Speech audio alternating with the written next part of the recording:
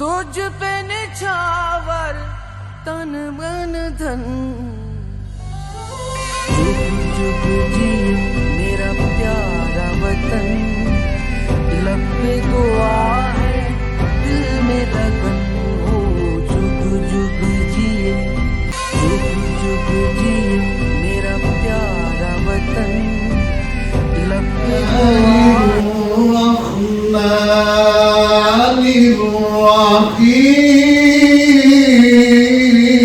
وسيق الذين اتقوا ربهم إلى الجنة ہو ایسی زبان خدا نہ کرے. اب نعت رسول مقبول کے لیے میں دعوت دیتا ہوں افضال حسین صاحب. یا حبیب اللہ حقیقت میں وہ لطف زندگی پایا نہیں کرتے جو یادیں مصطفیٰ سے دل کو بہلایا نہیں کرتے.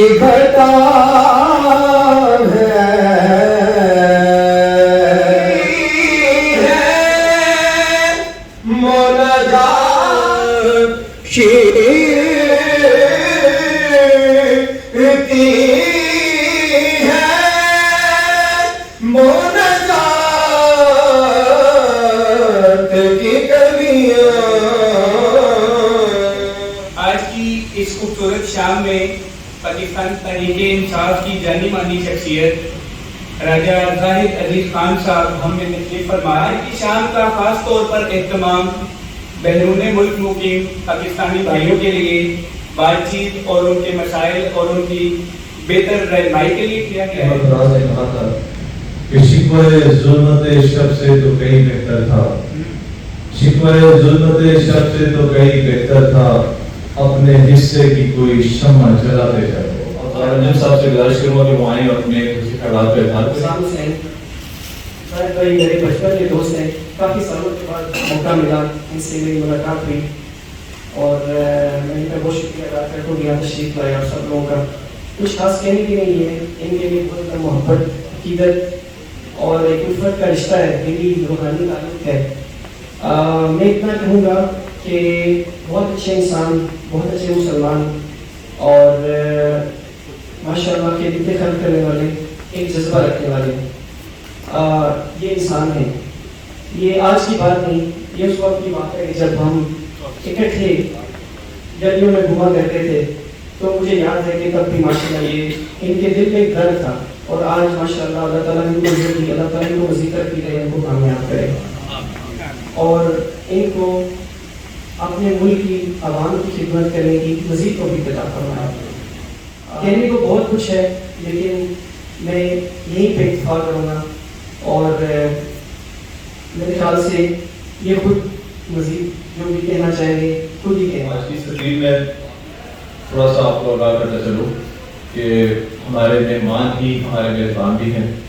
جناب راجہ زاہد عزیز خان صاحب پاکستان تحریک انصاف جہلم, اور ان کی طرف سے میں آپ آنے والے تمام معزز مہمان نگرامی کو دل کی خواہش سے خوش آمدید کہتا ہوں. مضبوط تعلیم میں گزارش کروں گا جناب راجہ زاہد عزیز خان صاحب سے کہ تشریف لائیں اور خطاب فرمائیں. اللهم صل على سيدنا ومولانا محمد وعلى آله وصحبه وسلم.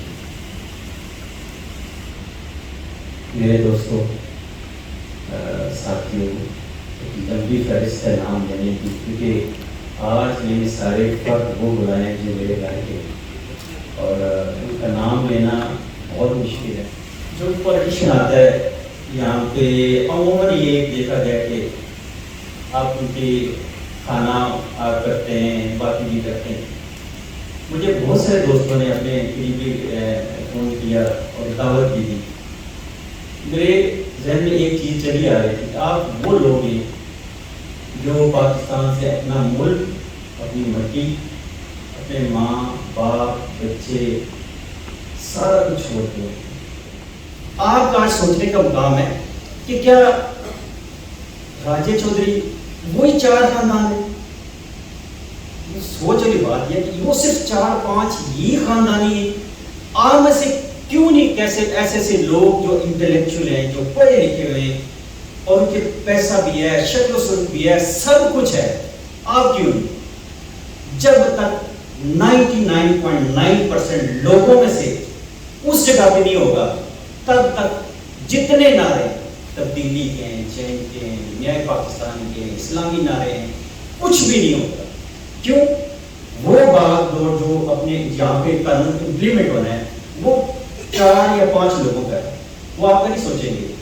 تبدیلی ہم غریب لوگوں کی ضرورت ہے، ان کی ضرورت نہیں ہے. ان کے بچے یورپ میں پڑھ رہے ہیں. وہ ایک عام سا بندہ آتا ہے آپ کے نعروں سے، جلسے جلوسوں سے، آپ کی ساری قبول آپ کے رشتے آپ نے خراب کر دیے. وہ کیا کرتے ہیں؟ سب سے پہلے اپنے برادری میں آپ کو ٹکڑے کرتے ہیں. آپ سارے میرے بھائی، میں بائی نیم جانتا ہوں. آپ دوبارہ اپنا ذہن گاؤں کی طرف لے کے جائیں. جو میں بھی باتیں کر رہا ہوں آپ کا وہاں پہ امپلیمنٹ کرنا ممکن نہیں ہے. آپ نہیں کر سکیں گے. جب وہاں پہ جائیں گے کہیں یار میرے تو چاچا نے، میرے تو رشتے دار، میرے تو تعلق ہے، پھر وہ چودھری صاحب نے، راجہ صاحب نے، وہ تو کیس کی ہو جائے گا، FIR کی ہو جائے گی.